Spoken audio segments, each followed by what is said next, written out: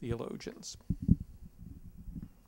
I have seen an argument in Aquinas that nothing will be annihilated because, that is, reduced to nothing, because God doesn't aim at negatives, right? I haven't seen this in Scotus or Ockham. I would be astonished. I think that basically they don't believe it. Right. So I think that, but here's the way that kind of argument goes, right? There's this idea that powers aim only at the good, and they do not aim at evil, and they don't aim at non-being. And so evil or non-being have to be the side effect of some positive aim, right? So sin has is an aim at the good, but it's an aim at the good that isn't coordinated with the norm that God has issued for human behavior, and so there's a lack of coordination, and that's what makes it sinful. But so the lack of coordination is a side effect of going for something good, right? And so Aquinas will say in general that evil has only a per accidens cause because it cannot be the intentional object of anything.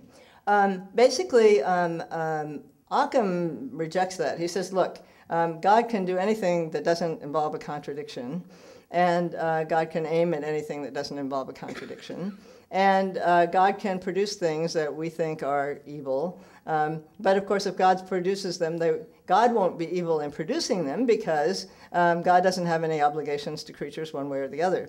So by the time you get to Ockham, this idea has been rejected.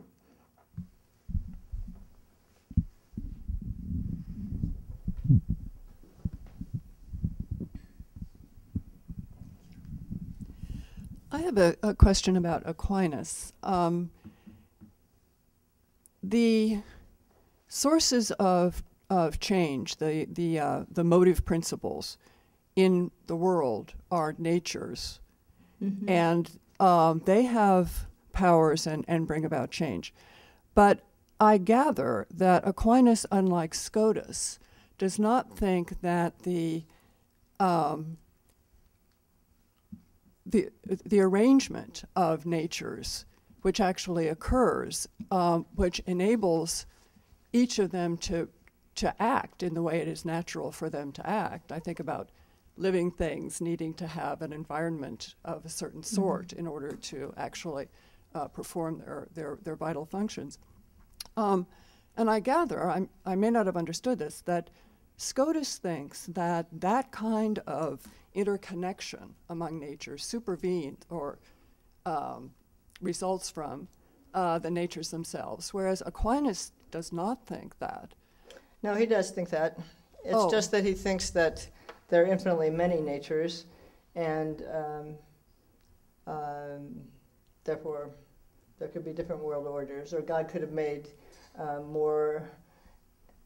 I mean, the differences of the world orders that Aquinas is envisioning have to do with more things of the same kinds that he's already made, better accidents for things than they actually have,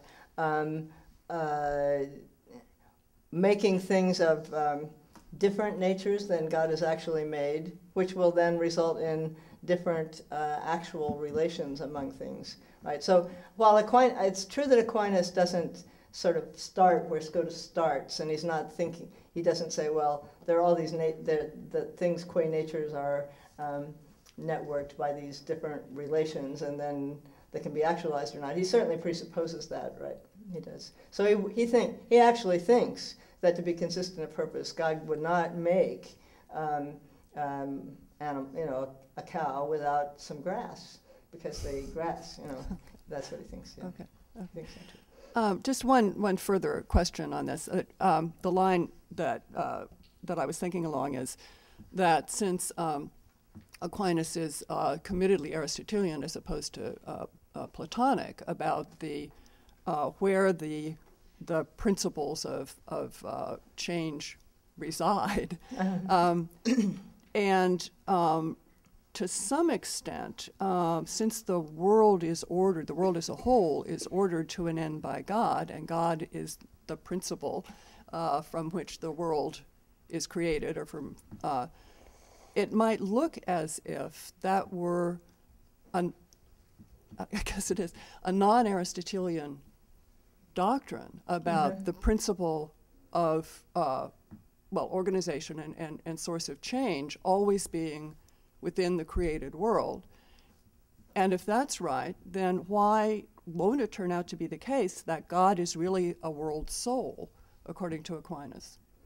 I'm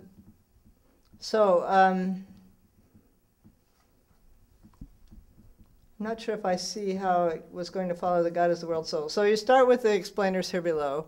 Then all the Aristotelians have to say, well, that won't quite fit, so we need to posit some things in the heavens, and maybe in the spooks that make the heavens go round, right? And so we're going to have formal functional principles, and the transcendent formal functional principles to fill in the gaps, right? So that would go with an ordinary Aristotelian view. So how is God going to be the world soul? I just didn't quite... If God is what orders the world to an end, yes, and God is the principle from which the existence of the world and in some sense the operation of the world originates, and given concurrence is continually present or continually acting in the world. okay. I guess there are two possibilities. Either Aquinas is just inconsistent with the Aristotelian metaphysics, that the principle of action and that on the basis of which a thing is ordered to its end is within that thing. The formal substantial form. Yeah. He's either inconsistent with that and he's taking a more Platonic position, or if he does not, if he adheres to the Aristotelian position, won't it turn out that God is a world soul?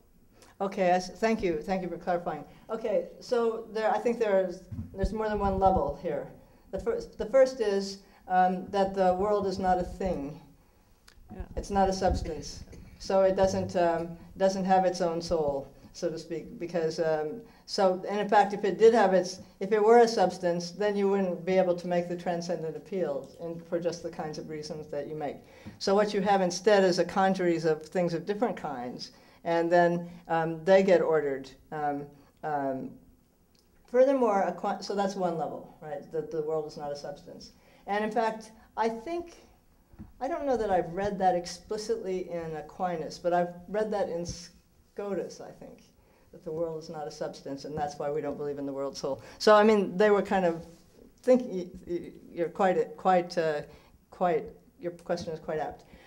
The second point is that Aquinas, at least, thinks that the end to which the world as a whole is ordered is transcendent in the following way. I mean, it's going to be the case that each nature is a kind of, the way I put it roughly speaking is, each nature is a collection of power. I mean, basically, each nature is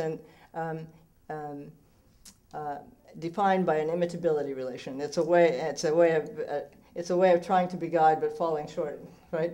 So that's what they are at metaphysical bottom. So that gives each of them a kind of inchoate point, striving towards God. The cow is trying to be God, but she just doesn't know what it takes. She's a cow. But when so that goes with the different natures as they are.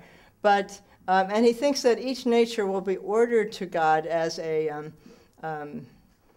that human nature in particular is ordered to God as the source of being and the general source of goodness. But it's another thing for the whole world to be ordered to God. There's a sort of supernatural means endness to it, which orders the world as a whole into the best collective godlikeness that it could possibly be, and orders human beings to God as a source of social companionship and happiness.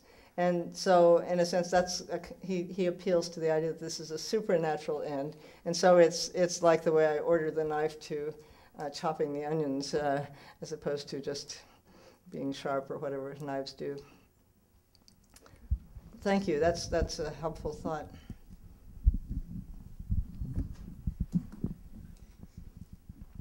Okay, we have time for one more question.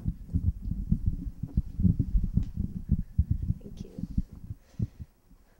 So I think this question goes back to Nate's question about simplicity, or at least it might. So I'm wondering what Aquinas and Scotus and Ockham would say about God's motivation for changing the set of positive laws at different states. The motivation for changing the set of positive laws in different states. There are lots of different motivations. So which you want to focus on? Why does God cooperate with nature in this world but not in the next? Was that the dimension you want, or do you want the difference in soteriological policies? Well, I was more thinking that I guess maybe more in general. I mean, if there's going to be a different set of positive laws, what is the motivating force behind God's decision to make that change? Okay, the motivating force is God's purpose to gather a community of rational creatures to live in the ideal heavenly city in love with God and one another. I mean, that's the motivating force. And there are plot complications, such as the fall. And so the consequences of sin have to be taken care of in various ways. And this involves a series of stages. So, for example, if they say, well, why did they have animal sacrifice in the olden days but not later? And actually they give rather modern answers. Well, I mean, that's what the folks were doing in the olden days. They were doing the animal sacrifice thing. And so God went along with that. But later on, people they kind of believe in a progressive development. I know that's very controversial nowadays, but in any event, they believed in it. That later on, they had left that behind, and so God substituted other kinds of rights. Why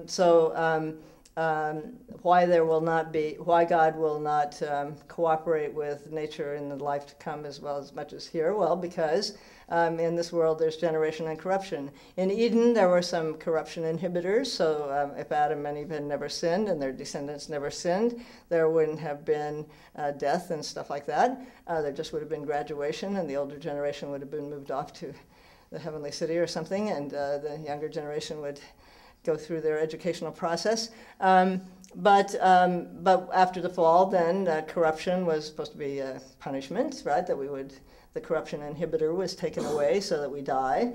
But in the world to come, the whole cycle, the number of the elect will have been filled up, and so there's no need for generation and corruption anymore. So there are these narrative details.